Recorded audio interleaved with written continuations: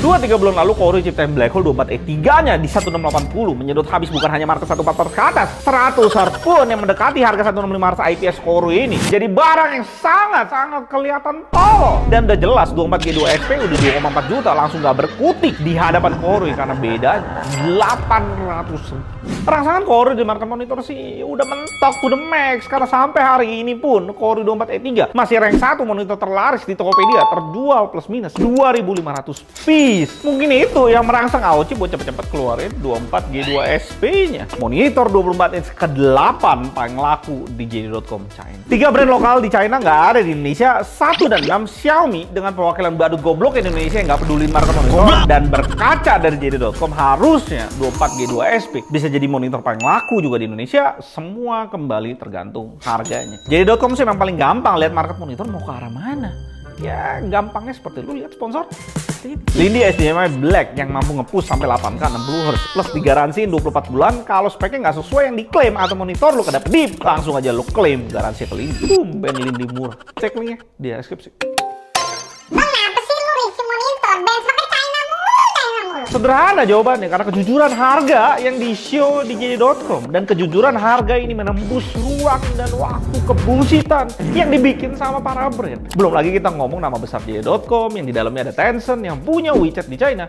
Lu mungkin pada kenal Tencent ini dari game PUBG M. Ya udah perusahaan konglomerat lah. Ada di dalam JD.com. Bikin toko official di JD.com mesti bayar tiap tahun ratusan juta. Belum kita ngomong depositnya. Bayar pun belum tentu toko lu langsung dibuka. JD akan cek semua surat-surat company-nya. Layak nggak buka toko di JD.com? Karena dia punya moto yang penting original. Sama kayak JD ID yang udah hengkang itu. JD juga punya gudang di hampir semua distrik di China. Kurir ready semua. Bahkan JD juga sediain servis jemput di tempat untuk garansi. Semisal brandnya mau dengan bayaran fee ke JD.com. Yang dilakuin sama Xiaomi. Ya Xiaomi China yang punya perwakilan badut goblok yang nggak mau resmiin monitor terbaiknya dengan harga ngontak di Indonesia. For the fans cuma marketing bullshit Xiaomi Indonesia. Dan berikutnya JD.com jadi salah satu benchmark di satu China. Untuk brand itu kita bisa lihat niat jualan atau enggak. Ya lu bisa bilang JD.com itu selevel Tokopedia tapi kena steroid 5-10 kali lipat. Dengan sebegitu gilanya JD.com di hadapan JD. Mungkinkah sebuah brand pasang barang goblok ya di official store? Jawabannya mungkin, tapi nggak masuk akal dilakuin karena akan kelihatan goblok ya brand itu. Masalahnya kelihatan gobloknya satu China bos,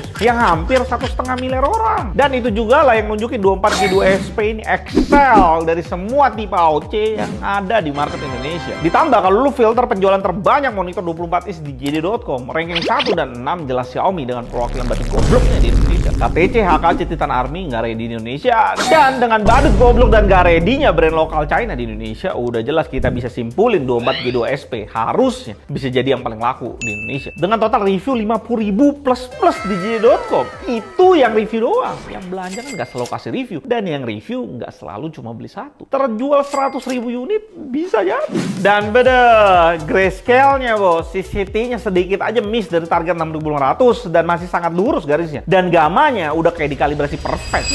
Di dua sih udah no bacot lah. Anomali di data grayscale. Jelas paling atas di data dan jadi paling akurat dari semua monitor terbaik yang udah gue tes. Dan udah jelas lah gue lihat hasil kayak gitu skeptik dong.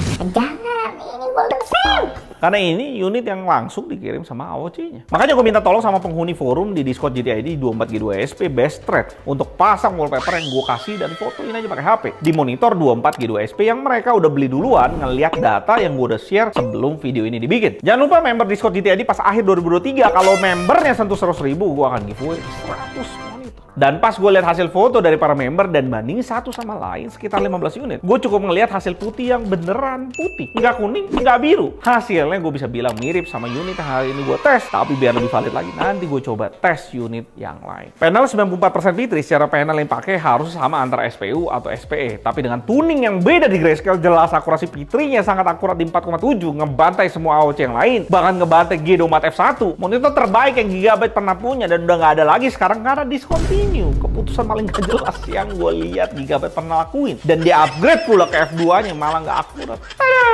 Dan seperti biasa di default akurasi sRGB-nya AOC akan oversaturated. Bagus ya AOC kasih preset sRGB yang kembali punya grayscale yang sangat akurat di 3. Udah jelas akurasinya sangat-sangat akurat di 3,2. AOC jadi paling atas di akurasi sRGB, bahkan ngebantai G24 F1 yang dulu paling akurat. Sayangnya seperti biasa preset sRGB ini di lock brightness yang sangat keterangan 347 nits. Ya susah emang, ini nerf yang dilakukan public TPV biar klien yang assemble di pabrik yang sama masih bisa jualan. Preset user ada dikasih nggak menarik untuk dipakai karena lebih buruk hasilnya dibanding default. Jadi ini optimal setting yang bisa lo pakai. Nggak ada yang harus lo setting gimana-gimana karena default yang udah sangat akurat.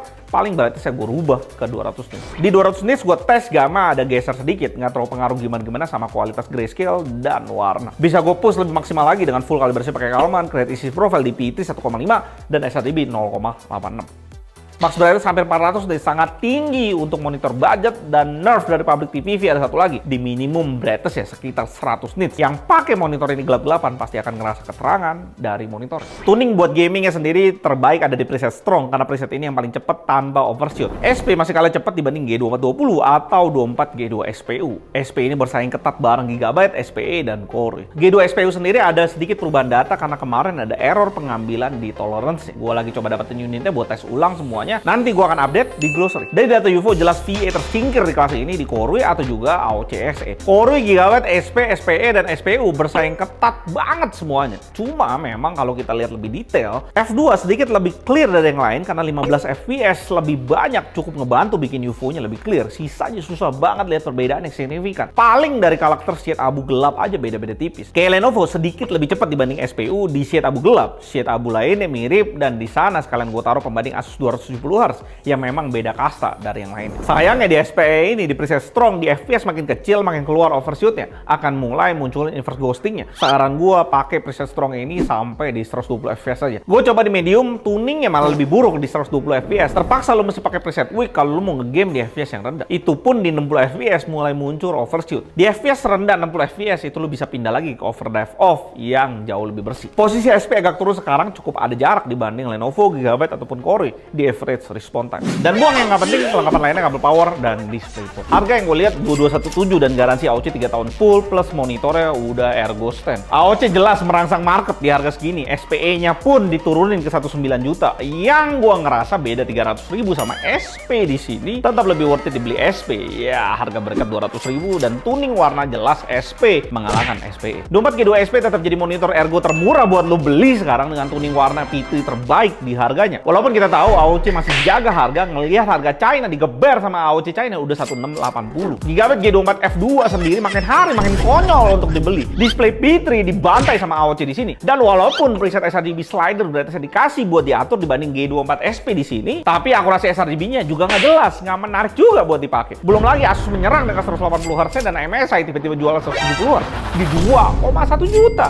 Makin hari makin kedesek itu Gigabyte karena dicekek sana sini. Consider terakhir paling buat lu pada G2420 Lenovo yang akurat di sRGB atau 24G2 SP di sini yang akurat di P3. Semua tergantung kebutuhan lu. Tadinya gue pikir AOC akan boom 24G2 SP ini 1999 dan SPE akan di 1699. Di situ AOC akan langsung stop black hole-nya dan semua orang nggak akan beli Core lagi, langsung pindah ke AOC. Tapi realita harganya beda 520.000 sama Core yang sebenarnya ya AOC masih worth it ngelihat adanya full Ergo Stand di sini, akurasinya juga jauh di atas Core. Tapi ketika orang mau beli monitor cuma buat gaming only dan cari monitor 1 jutaan, 24G2 SP di sini di 2,2 juta secara nggak langsung kasih semua market itu untuk beli Core karena bisa hemat 520.000. Gue sih yakin 24G2 SP di sini akan turun lagi harganya ke depannya. Kapannya yang gua nggak tahu. Tapi pertanyaannya, pas harganya turun itu, apakah masih banyak orang yang mau beli 165 Hz IPS lagi? Ketika sekarang Core jualan terus tiap hari. Itu yang mesti dipikirin AOC dan brand lainnya yang masih jaga harga.